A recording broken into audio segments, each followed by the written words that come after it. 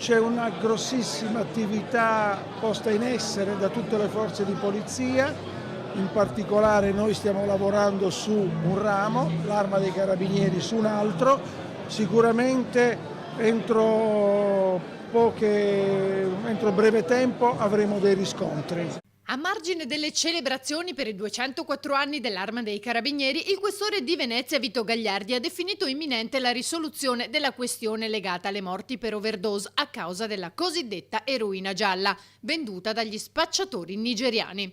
L'ultimo decesso in via Montenero a Mestre lunedì verso le 16. Un quarantenne di Murano si è accasciato a terra e non c'è stato nulla da fare.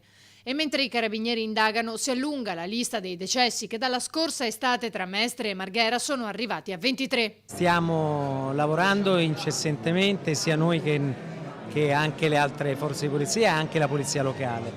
E non è un problema semplice, è un problema complesso, perché è un problema legato anche al fenomeno della presenza di molti extracomunitari, di persone che sono irregolari e che purtroppo spesso anche abbiamo difficoltà, insomma, ad allontanare dal nostro paese.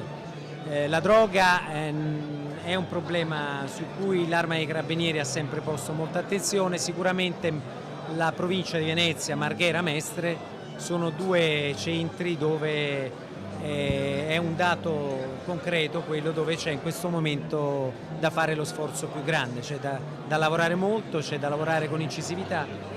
È una cosa a cui non ci sottraiamo. Dopo mesi di overdose mortali e in attesa della risposta da chi sta indagando, il fenomeno si espande con l'aumento dei pusher nigeriani sul territorio, soprattutto nelle zone calde di Mestre. Quanto è avvenuto è un termometro importante al quale bisogna prestare la giusta attenzione e non mollare la presa, e così noi stiamo continuando a fare proprio con l'impegno massimo dell'amministrazione assieme alla collaborazione delle altre forze di polizia per garantire la massima vigilanza nel territorio.